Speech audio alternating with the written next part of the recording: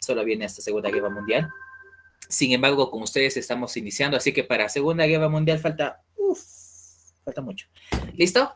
Entonces vamos a seguir hablando de antiguas civilizaciones, porque es lo que nos corresponde ahora a nosotros. Rápidamente les menciono la antigua Grecia. Ya hemos hablado de Mesopotamia, ya hemos hablado de Egipto, ahora vamos a hablar de la antigua Grecia y quiero que se recuerden todo lo que ustedes sepan sobre la antigua Grecia. ¿Listo? Entonces vamos a iniciar. Grecia se ubicaba al lado del mar, se ubica al lado del mar Egeo con una antigüedad aproximada de 3000 antes de Cristo, o sea, hace un montón de años. En su mejor momento, Grecia llegó a extenderse casi por todo lo que se conoce como el mar Mediterráneo, casi. ¿Listo? Y por el otro lado, casi llegaron hasta un lugar donde adoran a los elefantes. A ver, sí, los filósofos que nos está diciendo Frank, eso lo vamos a mencionar el día de hoy. A ver, hasta la India, ajá, casi. Y gracias a este señor que vemos en pantalla, ¿alguien lo conoce? Gracias a este señor casi se llega hasta la India.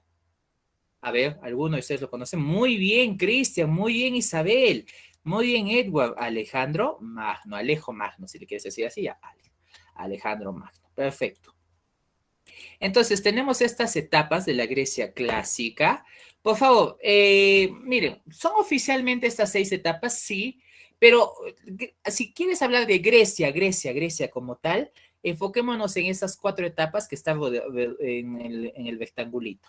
Oscura, arcaica, clásica y helenística. Pero no podemos dejar pasar por alto las 2 anteriores, que es la civilización minoica y micénica. Ambas pertenecen a lo que se conoce como la civilización egea. ¿Listo? ¿Por qué? Porque es como un antecedente antes de Grecia. ¿Listo? Pero estas 4 son parte de Grecia. Rápidamente, para hablar de la época cretense. ¿Por qué cretense? Porque viene de la isla de Creta. Bueno, no hay mucho que pensar ahí, no es tan complicado. ¿Listo? Se ubica en la isla de Creta, por eso se llama civilización cretense, o sino también minoica. ¿Por qué minoica? Haciendo honor al rey Minos, del cual ya vamos a mencionar más adelante. Esta civilización construía varios templos, por ejemplo, el templo de Knossos. Knossos. Vamos a ver cómo está ahora el templo de Knossos. Y también vamos a hablar de una de las leyendas más importantes y una de las criaturas mitológicas más emblemáticas de la antigua Grecia, como es, Frank ya nos lo ha estado adelantando. A ver, ¿cómo se llama este señor de acá? Cuidado con sentirse identificado, por favor, no te estés agarrando la cabeza y no vayas a pensar que te he tomado una foto así imprevisto, no, por favor. Este señor nació cachudo, nació cachudo, a ti te hacen cachudo, eso es otra cosa, son cosas completamente distintas, Por favor, cuidado. Muy bien, el Minotauro, no eres tú, no, es el Minotauro. ¿Listo?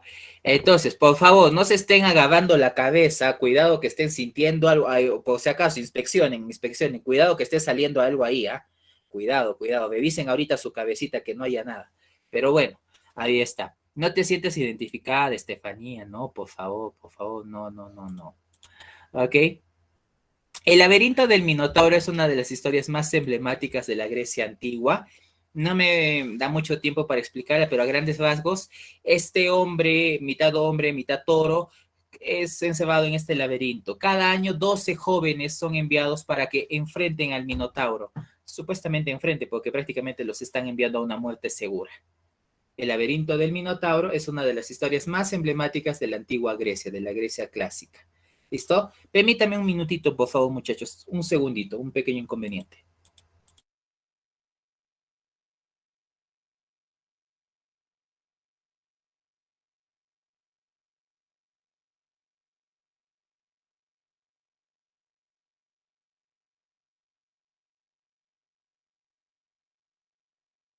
Discúlpenme, no.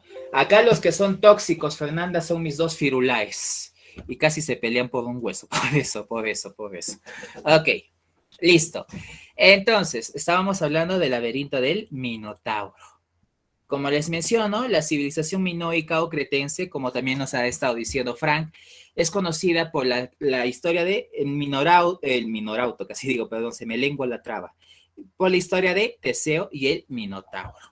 ¿Listo? Por el rey Minos, por sus grandes palacios y posee una civilización que prácticamente es una isla y son los mejores navegantes y comerciantes. ¿Listo? Esa es la primera etapa. Vamos con la segunda, la etapa micénica.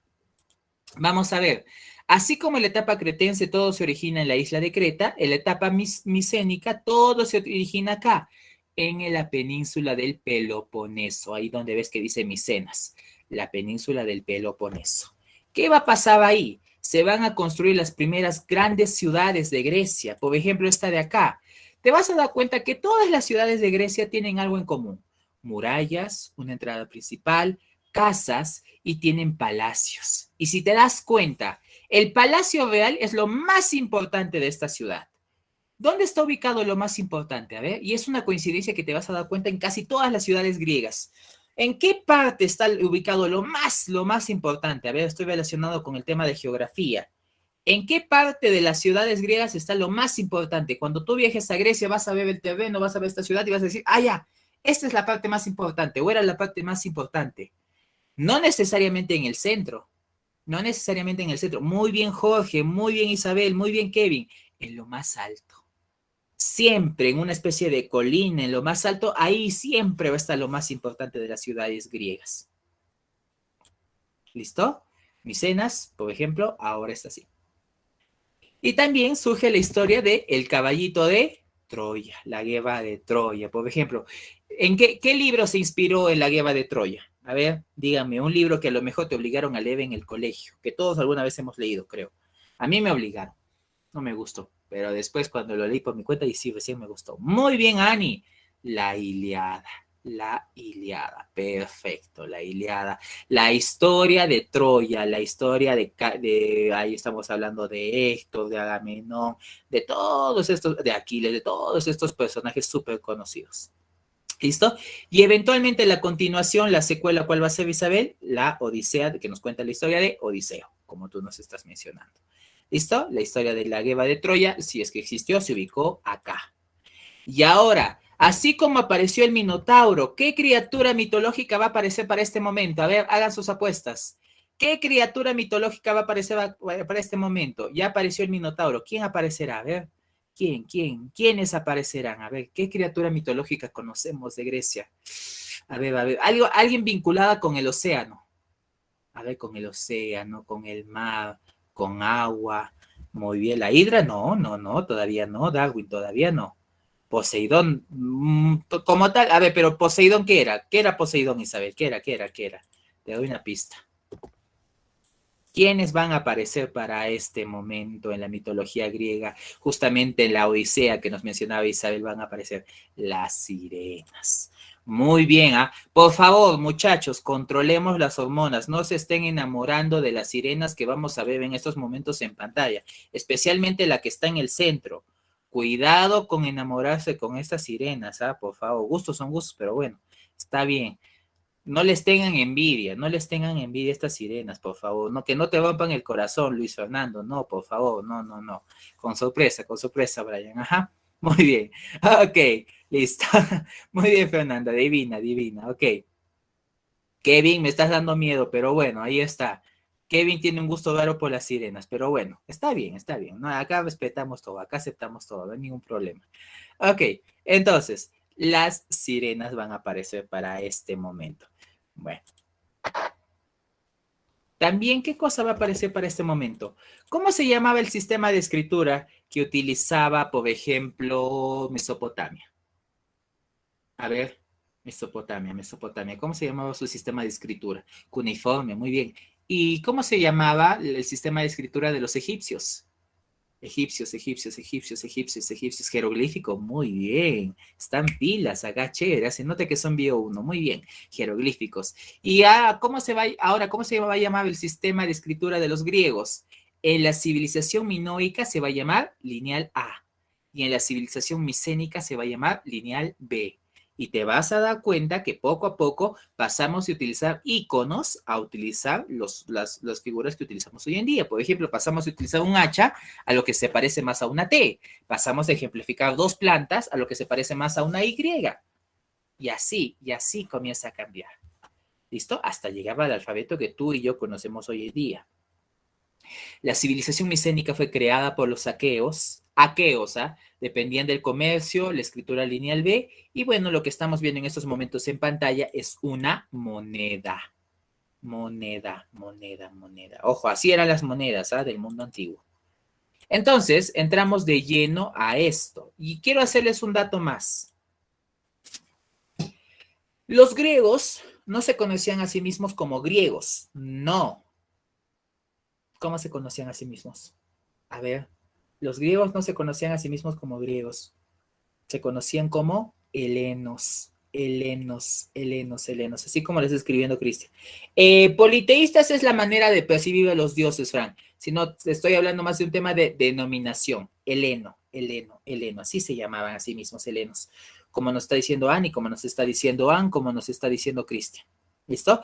Helénico más hace referencia a la etapa, Albert. Estamos hablando de helenos, cuidado. ¿Listo? No te preocupes, no hay ningún problema, Frank. Sin embargo, ¿quién le puso el nombre griegos a los griegos? ¿Quién les llamaba griegos a los griegos? A ver, una civilización que vino después de ellos. A ver, justo después, los romanos. Ahí estás, Albert. Muy bien, los romanos fueron los que les pusieron griegos a los griegos, porque los griegos se llamaban a sí mismos helenos, no se llamaban griegos. ¿Listo? Entonces, ahora ya hemos visto esta civilización prehelénica, estas dos de acá, ahora vamos a ver la civilización helénica, los 4 factores que hemos visto acá. En la época oscura, no estamos hablando de, ¿por qué se le conoce como época oscura? Es casi tan oscura como el futuro que tienes con tu actual pareja, así, igualito, así como tu actual relación, así de oscura está la cosa. Pero, para este momento, ¿por qué se le conoce como época oscura? ¿Por qué? Porque es la época de menos información. Es donde menos se sabe. Pero lo poco que sabemos es lo siguiente. Acá, el territorio actual de Grecia es invadido por estas 3 civilizaciones. Los dorios, los jonios y los elonios. Y acuérdense de esos nombres porque luego se van a dar cuenta en qué parte se relaciona esto. Dorios, jonios y elonios invaden la península del Peloponeso. Para este momento, ¿cómo se llaman estas pequeñas ciudades? A ver, ¿cómo se llaman cada una de estas pequeñas ciudades que componen Grecia? ¿Alguien sabe? ¿Alguien sabe por casualidad? Muy bien, Ashley. Muy bien, Cristian. Luis Fernando, Elenis, se llaman polis. Y ahora, pregunta, ¿las distintas ciudades de Mesopotamia se llevaban bien o mal? De Mesopotamia, ¿bien o mal? Mesopotamia. Mal. Se llevaban súper mal. Todo era odio, todo era guerra. Yo te conquisto, tú me conquistas, nos conquistamos todos. ¿Cómo eran las pequeñas ciudades de los egipcios? Los gnomos, acuérdate de los gnomos. ¿Se llevaban bien o mal? De los egipcios. Se llevaban bien. Bien, como nos dice Ashley. Relativamente bien. O sea, sí, de una relación buena. Bueno. Bien, como lo que se dice bien, no necesariamente, como nos dice Edward, pero bien, en la medida de lo posible. Tan bien que se unificaron. Pero ¿cómo se van a llevar las polis? ¿Se van a llevar mal? ¿Se van a llevar bien? ¿O se van a tratar entre sí como tu crush te trata a ti? Con indiferencia. Bueno, opción número 3. Estas polis de acá no se van a llevar ni mal, no se van a llevar ni bien, simplemente van a estar ahí. Es como si cada poli fuera un país. Cada poli es independiente. Por eso a cada poli se le conoce como ciudad-estado. Cada una de estas polis es independiente, no depende para nada de las otras. Si una se quema, uy, qué pena, se le extrañará. Bueno, continuemos con nuestra vida. No pasa nada. No va a pasar absolutamente nada si alguna de ellas cae. La sociedad griega, a grandes rasgos, vamos a darnos cuenta que las clasificaciones son distintas, obviamente, dependiendo de la ciudad, pero a grandes rasgos puedo decirte que los ciudadanos, los únicos que son considerados ciudadanos son los hombres griegos. Y las mujeres, y los extranjeros, y los esclavos son considerados no ciudadanos. Quizás las mujeres sean libres, pero no son consideradas ciudadanas. Lo mismo con los extranjeros y bueno, los esclavos, como su nombre lo dice, son esclavos. Llegamos a la época arcaica. Acá las polis comienzan a evolucionar, comienzan a mejorarse. Acuérdate, ¿dónde se encuentra lo más importante de una poli? ¿Dónde se encuentra lo más importante de cada poli? ¿En qué parte de la ciudad se encuentra lo más importante? Lo más alto, Ashley. Muy bien, Kevin. Muy bien, Margot. Muy bien, Ann. En lo más elevado, ahí está Frank, Albe, Bani. Muy bien. Ahí está. Perfecto, en lo más alto. Ahora vamos a darnos cuenta. Muy bien, Edward. A ver, en lo más alto. Vamos a darnos cuenta que todas estas polis, todas estas de acá, van a componerse de la misma manera. O sea, no importa de qué poli estemos hablando, todas se componen de la misma manera. ¿Listo? A ver, vamos a ver a qué estamos haciendo referencia. Vamos primero con esto. Todas van a tener su ágora. Ágora. Oja, no agora, no, ágora. Es como su plaza principal. Así como cada ciudad tiene su plaza de armas, bueno, ágora es la plaza de la ciudad. De ahí, cada ciudad va a tener su acrópolis. Estamos mencionando que en lo más alto está lo más importante. ¿Y qué es lo más importante de cada ciudad? Las acrópolis. A este conjunto de edificios se les llama acrópolis. También van a existir los teatros. Los teatros. Cada poli va a tener su teatro como función de entretenimiento para su gente. Cada poli van a tener sus murallas, porque están en un escenario en constante guerra. En cualquier momento los ataca alguien y los destruye. Para que eso no pase, tienen sus murallas. Y está el Partenón. De la Acrópolis. La Acrópolis es lo más importante de las polis. Y voy a ser un poco redundante. Lo más importante de lo más importante, ¿qué es? El Partenón. Este es el punto central de todas las ciudades. Los arete, no entendí bien tu pregunta, Frank. ¿Qué es arete? ¿Los arete o has escrito bien? A ver, cerciórate por si acaso, Frank, por favor. Entonces, tenemos eso de ahí. Tenemos que cada ciudad se compone de esa manera. A ver, revisa bien si lo has redactado bien, Frank, a ver, para corregirte o para ver si estamos en lo correcto. ¿Listo? Ahora, los griegos comienzan a profesionalizarse también en cuanto a guerra se trata. ¿Listo? Por ejemplo, ¿qué son los triremes? A ver, triremes. ¿Qué será un trireme? Díganme ustedes. ¿Qué será un trireme? A ver, ¿a qué les suena? Bueno, los voy a ayudar entonces. Vamos a ver qué es un trireme. Pero el primer navío de guerra apareció hace 2500 años en la antigua Grecia. Entonces se utilizaban enormes barcos como campos de batalla flotantes para pelear. Cuando la ciudad-estado de Atenas fue sobrepasada en número por una enorme fuerza persa, necesitaba algo que cambiara el rumbo de la guerra. La era dorada de Grecia fue un tiempo de ingenio e invenciones, pero hubo un supernavío en particular que se perfeccionó en esos tiempos y cambió la historia del mundo. Para combatir al majestuoso imperio persa, los griegos diseñaron una nave que no solo trasladaba hombres y armas, sino que era un arma en sí misma. Esta nave, con 37 metros de poder de ataque, se llamó trireme. Parece imposible, pero esta arma, tan destructiva, era impulsada solo con fuerza muscular. En la década de los 80, expertos navales emprendieron la fabricación de una réplica exacta de esta famosa superarma. Este fue el primer trireme en surcar el Mediterráneo en 1500 años. Algunos sugieren que es probable que el trireme se pudiese desplazar a 12 nudos. Un escritor de la antigüedad describe cómo un trireme navegó 298 kilómetros desde Atenas hasta Mitilene en solo 24 horas. Eso implica una velocidad promedio de 8 nudos.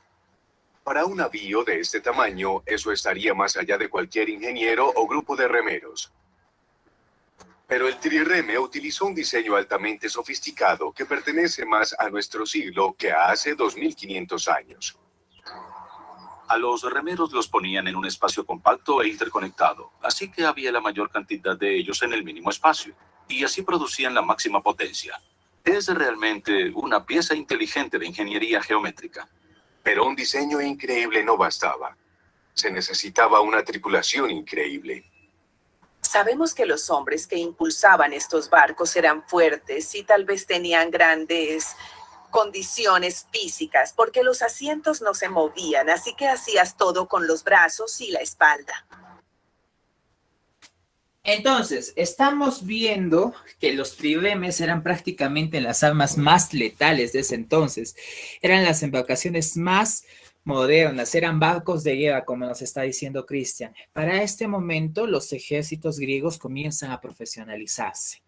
Tenemos, por ejemplo, el trireme griego, que es el terror de los océanos. Quizás otros contrincantes les ganen en número a los griegos, pero nadie les gana en cuanto a tecnología. Aparecen los soplitas, aparecen los soldados, comienzan a profesionalizarse, comienzan a tener mejores armaduras, comienzan a entrenarse cada vez más. Cascos, escudos, lanzas, corazas y grebas son parte de su armamento. ¿Por qué las grebas? Si te das cuenta tranquilamente, si le das con la espada a alguien en las piernas, lo dejas cojo, ya es un hombre menos. Por más que siga vivo, es un hombre menos. Entonces, para que eso no pase, utilizaban las grebas como defensa. ¿Listo? A este periodo, el periodo arcaico, también se le conoce como el periodo de la colonización. ¿Por qué? Porque para este momento, de las pequeñas polis que había en la actual zona de Grecia, comienzan a dividirse en varios lugares. O sea, comienzan a llegar viajeros desde Grecia a distintos puntos, a distintas pequeñas ciudades de Europa, de Asia Occidental, de África, y como que comienzan a unirse, comienzan a colonizar y comienzan a unirse a lo que se conocería hoy en día como Grecia. Pasando a la época clásica, muchachos, esta es la época más importante. De todas las polis que existían para este momento, existieron dos que fueron las más importantes de todas, las más emblemáticas. ¿Cuáles eran? A ver, ¿cuáles eran las dos polis más importantes? Muy bien, Cristian, muy bien, Brian, Isabel. Ahí estás, Kevin, muy bien, Annie, muy bien, Luis Fernando. Ashley. Estamos hablando de, ¿qué cosa? Estamos hablando de las Atenas y Esparta. Atenas y Esparta son tranquilamente las dos polis más importantes de este entonces y contrariamente, miren, ironías de la vida, son polos opuestos. Mientras que en una se desarrolla el conocimiento, la filosofía, el amor por todas las cosas que nos rodean, en la otra se desarrolla el amor por la guerra, la experiencia en la guerra. Mientras que a uno desde los más pequeños los comienzan a desarrollar y fomentar el aspecto de las humanidades, en el otro lado los comienzan a entrenar para que sean soldados perfectos desde los 7 años. ¿En cuál de estas dos prevalece el sentido militar? ¿En cuál de estas dos polis se crían soldados desde que son niños? En Esparta. Y en Atenas se comienza a desarrollar un pensamiento distinto. Son dos ciudades completamente distintas la una a la otra. ¿Listo? Y ahí, por ejemplo, viene la historia de Leónidas, que nos está gritando Annie. El señor hombre en pecho peludo, que gritaba esto es Esparta. Y no voy a gritar como Leónidas porque estoy seguro que me van a hacer un meme. Así que no. Así que no. ¿Aquí aparecen los Juegos Olímpicos? Sí. ¿En qué ciudad se va a desarrollar los Juegos Olímpicos? A ver, ¿en cuál de estas dos ciudades? A ver, ¿en cuál de estas dos ciudades? En Atenas. Ajá, en Atenas se van a desarrollar los Juegos Olímpicos. Y ahorita vamos a hablar de cuáles son las características, ¿ok? En Atenas, sí, en Atenas, por más increíble que parezca, en Atenas. Vamos a ver. Atenas es una ciudad, bueno, es como, bueno, los atenienses también eran votados, ¿ah? Eran bien, pero bien votados, o sea, se creían la última chupada del mango, ya, ellos eran los más cultos, los más inteligentes, eran lo mejor de lo mejor, no había nadie que les pueda decir que no, imagínense, o sea, hasta ese punto llegamos, los atenienses, eran lo mejor de lo mejor según ellos. ¿Listo? Ahora, ¿habían clases sociales? Por supuesto. En casi todas las civilizaciones van a existir clases sociales. Atenas no puede ser la excepción. ¿Quiénes eran los ciudadanos? ¿Quiénes eran considerados ciudadanos libres, que tienen todos sus derechos, que pueden hacer todo lo que quieran, cuando quieran, como quieran? Los eupátridas. ¿Quiénes eran los extranjeros? Personajes, hombres o mujeres que podían quedarse en Atenas, sí, pero que no representaban ninguna autoridad. Los metecos. Extranjeros. Y finalmente, ¿quiénes eran los esclavos de los esclavos? Los dobles. Ellos estaban en lo último de lo último de lo último. Ahora, pregunta, ¿a Atenas también se le conoce como la cuna de qué cosa? A ver, ¿cuál es la forma de gobierno actual del Perú y de la mayor parte de Latinoamérica? No puedo decir todo de Latinoamérica, lamentablemente. A ver, ¿Cuál es la forma de gobierno del Perú? ¿Qué nace en Atenas? ¿Qué nace en Atenas? A ver, ¿qué cosa? Una palabrita que comienza con D. Una palabrita que comienza con D. ¿Qué van a hacer? La democracia. Exacto. Ay, perdón, no estábamos viendo los comentarios. La democracia, perfecto. El término república recién va a aparecer en Roma, Luis Fernando. Democracia. Ahora, pregunta. Bueno, en la actualidad, ¿aquel que es analfabeto puede votar? A ver, aquel que es analfabeto, sí, tiene todo el derecho. ¿Las mujeres pueden votar? Por supuesto que sí. Todo el mundo, con tal que sea mayor de edad, tiene derecho al voto. Eso es más que obvio.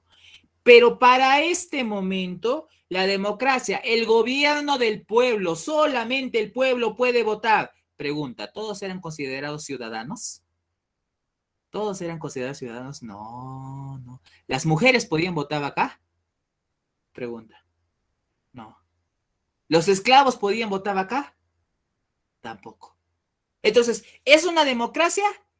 Es que, bueno, técnicamente democracia es el gobierno del pueblo y el pueblo son los ciudadanos y acá los ciudadanos son solamente los hombres griegos. Sí, estamos en democracia. Entre comillas, ¿no? Bueno, hoy día ya sabemos que no es una democracia del todo, al menos no como debería ser. ¿Listo? Ahora, vamos a ver instituciones políticas. Hay un pequeño gran detalle. Cuando hablábamos de prehistoria, no sé si se los mencioné, pero la esperanza de vida en la prehistoria era de 30 años. O sea, en promedio una persona vivía máximo 30 años. En la época de Grecia, ¿a cuánto se elevó la esperanza de vida? Ya te di una pista, se elevó. ¿Cuánto vivían las personas en promedio? 50. Más, 60, más, 70, más, 80, más Kevin, más Luis Fernando, 100. Edward, 100. Los antiguos griegos tranquilamente vivían hasta los 100 años. Y ojo, te doy dando un pequeño spoiler de lo que viene la siguiente semana. Los romanos vivían hasta 120 años. Los romanos vivían hasta 120 años. O sea, ya viejitos, ya más parece una pasa que un ser humano de tan arrugado que está, pero imagínate. ¿Por qué sería? Bueno, tendrían una alimentación más sana que nosotros. Bueno, están en constante movimiento, hacen ejercicio, no están como nosotros todo el día sentados frente a la computadora, pero bueno, ahí está. Los griegos tenían una vida relativamente saludable, por eso vivían hasta 100 años. Y justamente, ¿por qué te estoy mencionando esto? Porque en el Senado era un consejo de ancianos. Era un consejo de ancianos, y ya pues viejitos que ahí estaban a las justas, pero ya seguían ahí. Seguían ahí. Era el Consejo de Ancianos, eran la máxima autoridad de ese entonces. La Iglesia era la Asamblea Popular, la asamblea que representa al pueblo. Pero recuerda que el pueblo no era todos, ¿ah? Las mujeres, los esclavos estaban de lado. ¿Listo? No, que por favor, no se ofendan de sus rollitos, esos son rollitos de amor. Recuerda que, como dice, el 70% del cuerpo es agua, no estás gordito, no estás gordita, estás inundado, estás inundada. Por favor, tranquilidad. ¿Listo? Entonces, como estamos mencionando, sin llorar, Romina, por favor, sin llorar. Estamos mencionando la iglesia.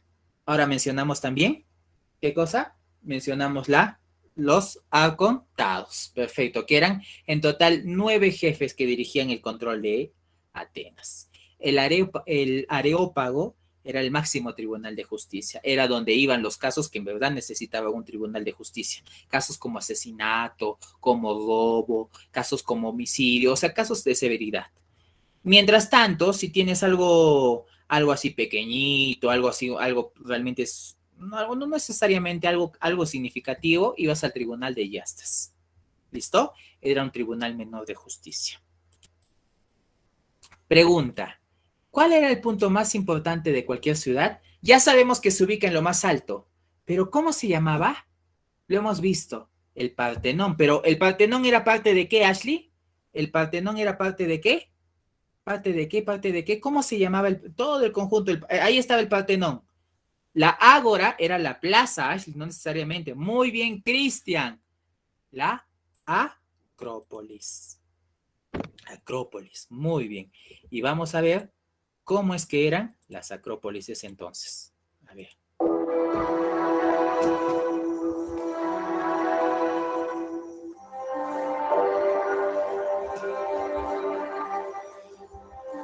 Lo que estamos viendo en estos momentos en pantalla es lo que nos estaba diciendo Ashley. Ese es el Partenón.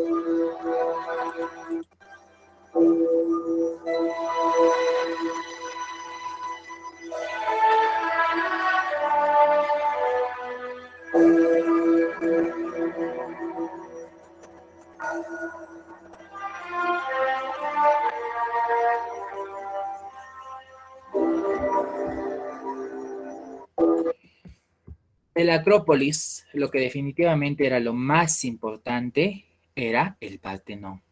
Definitivamente es una arquitectura envidiable. Pero ¿qué había dentro de un Partenón? Recuerda, lo más importante en esta civilización siempre era la religión. Recuerda que los griegos, como me decía Frank en algún punto, eran politeístas, o sea, creían en varios dioses. Pero cada ciudad tenía su dios o diosa principal. Cada una de las ciudades tenía su guardián, su dios que protegía esta ciudad. ¿Y dónde se ubicaba este dios? ¿Dónde guardaban este dios? ¿Dónde le vendían culto a este dios? En el Partenón. ¿Y cómo era un Partenón por adentro? Porque hoy en día ya no queda ni uno así intacto, como estaba en sus épocas de oro. Pero ¿cómo era en su mejor momento? Vamos a ver. Primero esto y luego las columnas. Tras esta puerta hay algo que solo podrá ver una vez en su vida. Algo que jamás podrá borrar de su mente. Bueno, un poquito exagerado, ¿no? Pero, a ver, entremos. Esta es la Naos, donde rendimos culto y traemos ofrendas a la diosa Atenea Partenos. Las columnas, de estilo dórico, están dispuestas como si fuera nuestra letra pi.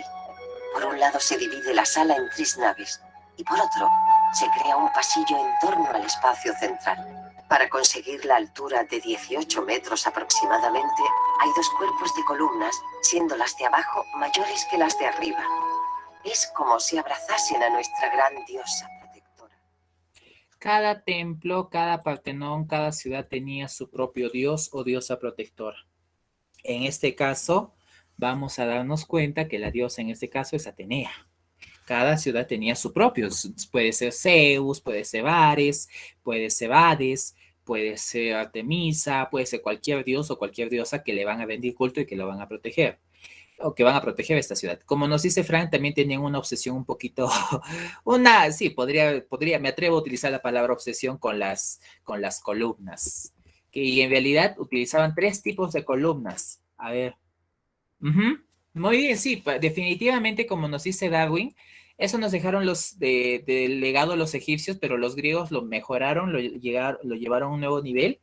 Combinaba el tema de la matemática, el tema de la ingeniería civil para poder construir. Definitivamente las columnas son una obra de arte. Puede parecer sencillo de hacerlo, pero es todo menos sencillo. Existen 3 tipos de columnas que se desarrollan en la Grecia clásica. La columna dórica, que es así, plana, es la más simple, entre comillas, porque de simple no tiene nada, pero es la que no tiene mayor adorno. Jónica, que tiene como unas especies de 2 bolitas, ahí, si te das cuenta, a los costados. Dórica, simple, jónico, 2 bolitas, y corintio es la más decorada, la más desarrollada inclusive. ¿Listo? La que mejor se desarrolló, la que mejor evolucionó. Dórico, simple, jónico, 2 bolitas, y corintio, la más adornada. ¿Listo? Posterior a ello, vamos a ver, permíteme un momentito. También, ahí está, por ejemplo, lo que nos estaban preguntando. ¿Se desarrollan los Juegos Olímpicos? ¿Y participaban desnudos? Sí, participaban desnudos, ahí, así como Dios los trajo al mundo. No eran tan rochosos como nosotros. ¿Ah? Ojo, hacía mucha calor, como nos dice Kevin. Ajá. Pregunta, ¿participaban todos? ¿Todo el mundo podía participar en estos Juegos Olímpicos? No. ¿Quiénes eran los únicos que podían participar? A ver, ¿quiénes eran los únicos? Los ciudadanos. ¿Y quiénes eran los ciudadanos? ¿Quiénes eran los ciudadanos? ¿Quiénes eran los ciudadanos? ¿Quiénes eran los ciudadanos? Los hombres. Ah, ya, o sea, si iba un hombre desde México, podía participar. Si iba un hombre desde África, podía participar. Ah, no, entonces, ¿qué hombres? Hombres, ah, ya, esa es la palabra clave. Muy bien, Frank. Los hombres griegos, solamente ellos podían participar. Estamos hablando de carreras, de tema aspecto físico, pero también no podemos dejar pasar por alto que en un momento las Olimpiadas también estuvieron ligadas al tema artístico. Por ejemplo, competencias de poesía, de teatro, o sea, eran mucho más variados, muy distinto a lo que conocemos hoy en día. Y se crearon con la idea original de mantener la paz en las polis. Cosa que, bueno, no perduró mucho tiempo que digamos, pero los Juegos Olímpicos sí se quedaron de lado. También surgió la filosofía. Los distintos pensadores dieron sus distintos pareceres. Platón, Sófocles, Aristóteles, todos estos pensadores nacen ahí. ¿Listo? Y también podemos mencionar que la época de oro ateniense, la época donde los atenienses estaban, en lo más alto, donde la democracia estaba en su punto más alto, el arte, la arquitectura, todo parecía estar yendo de manera perfecta, a ese momento se le conoce como el siglo de Pericles. ¿Listo? Lo que estamos viendo en estos momentos en pantalla. Ya hemos visto a Atenas. Ahora veamos a ver a Esparta. ¿Qué pasaba si en Esparta nacía un niño enfermizo, un niño con alguna deformidad física, con alguna deficiencia mental? ¿Qué pasaba con ese niño? Lo mataban. Inmediatamente, no la dudaban ni dos veces, lo mataban. Lo mataban así, o sea, no la pensaban mucho. Bueno, fuera decir sacrificar, porque mira, cuando dice sacrificar a Estefanía, es con un objetivo. Digamos, por un tema de las dioses, de las deidades, yo qué sé, no, simplemente lo mataban porque no sirve. Por más feo y cruel que suene lo que te acabo de decir, sí, no sirve. El niño acá en cuestión es demasiado débil, no va a ser un guerrero. ¿Qué pasa si, y voy a sonar demasiado machista porque la sociedad de este entonces era así? Tenemos que recordar que Grecia era así, nosotros no teníamos por qué ser como los espartanos en ese sentido. A ver, si nacía un hijo varón, fiesta. Uy, bueno, va a ser un guerrero, va a traer bonova a la familia. Si nacía una hija mujer, bueno, tampoco era algo negativo, ¿no? Pero estaba ahí, o sea, es como, bueno, a nada, ya que se va a hacer. Las mujeres servían para traer más niños al mundo, por un tema netamente reproductivo. ¿Está bien eso? Por supuesto que no. Por supuesto que no, pero bueno. Y ojo, no estamos exagerando, también los niños que nacían con pie plano también eran lanzados desde un monte o ahogados en un río. Así que, bueno, si nacías, no sé si alguno de ustedes nació con pie plano. Si es que alguno de ustedes nació con pie plano, bueno, en Esparta hubieran tenido solamente minutos de vida. Ahora, Edward, el de la película 300, ese que aparece con deformidad y todo, sí, no existe. No existe. El jorobado ese no existe. Ajá, no existe. Ahora, en Esparta las clases sociales son relativamente más sencillas. Espartiatas, periecos e ilotas. Espartiatas, ciudadanos libres. Periecos, extranjeros. E ilotas, esclavos. Repito, espartiatas, ciudadanos libres. Periecos, extranjeros. E ilotas, esclavos. Era una civilización relativamente más simple que Atenas en ese sentido. ¿Listo? Esparta no estaba muy de acuerdo con el concepto de democracia que planteaba Atenas, así que era todo lo contrario. Acá existe también el Consejo de Ancianos, pero ¿cómo se llama acá? Jerusia. ¿Cómo se llama la Asamblea Popular? Apela. ¿Cómo se llama el gobierno de 2 personas? Diarquía. Ya no son 9 personas que dirigen Esparta, son 2. 9 eran en Atenas. En Esparta son 2. Los 2 jefes, diarquía. Los fiscalizadores, eforos. ¿Listo? Entonces, para este momento, como te estoy mencionando, los espartanos no son necesariamente las personas más organizadas que digamos, no son las personas más, quizás a la hora de ir a la guerra son muy, muy buenos, pero a la hora de tomar decisiones no son los más organizados del mundo. Pero definitivamente los espartanos han nacido para ser guerreros. Una mañana de sorpresas, Leonidas. Nos engañaron. No pueden ser más que 200. ¡Qué sorpresa! ¡Silencio! Es todo su ejército. Supimos que Esparta pelearía. Queremos unirnos a su fuerza. Si están buscando sangre, sean bienvenidos. Llevas un puñado de soldados contra Jerjes. Me equivoqué al pensar que los espartanos eran tantos como nosotros. ¿Eso crees? Tú, dime, ¿cuál es tu profesión? Soy alfarero, señor. ¿Y tú, Arcadiano, cuál es tu profesión? Escultor, señor. Ya veo. ¿Y tú? Carpintero, señor.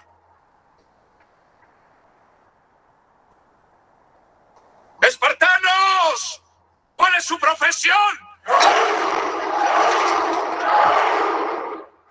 Si bien es cierto que para el resto de civilizaciones de polis griegas entrenaban a los muchachos desde los 15, 16 años, desde los 20 años para que sean guerreros también, o sea, en Atenas por supuesto que los desarrollaban el pensamiento crítico y todo lo que quieras, pero también desarrollaban el tema relacionado con el tema militar. Pero los espartanos no se esperaban hasta los 15, 16, 20 años para desarrollar eso en sus hijos hombres. Lo hacían desde que eran niños. Entonces, para que se den cuenta. Sin enamorarse de Leónidas, por favor, Edward, sin enamorarse de Leónidas. ¿Listo? Ok. Kevin, Joshua, tampoco caigan, por favor, no caigan ante los encantos de Leónidas. Pero bueno, entonces... Sí, si fueras espartano, Frank, ahorita todos ustedes tendrían su six-pack. Sí, si fueran espartanos, porque toda su vida estarían ahí haciendo ejercicio hasta el final de los tiempos. Los espartanos recién se podían jubilar a los 60, 70 años. O sea, abuelitos y todo, todavía tienes tu six-pack, ya no puedes ni caminar, pero tienes tu six-pack y en vez de espada tienes tu bastón y peleas con tu bastón, pero estás ahí. No se jubilan hasta los 60, 70 años. Pasan las guerras médicas, griegos contra persas, pasan la guerra del Peloponeso, Atenas versus Esparta, entre las mismas polis ahora se están peleando, creo que es más que obvio que Esparta gana, por obvias razones, porque Atenas no es nada comparado con Esparta militarmente hablando, y llegamos a la época helenística, donde este personaje de acá representado por Tom, Alejandro Magno, conquista absolutamente todo lo que llega a su punto. No, Alejandro Magno no tiene piedad con nadie. Él es la persona que conquista absolutamente todo y gracias a él casi llegan hasta la India.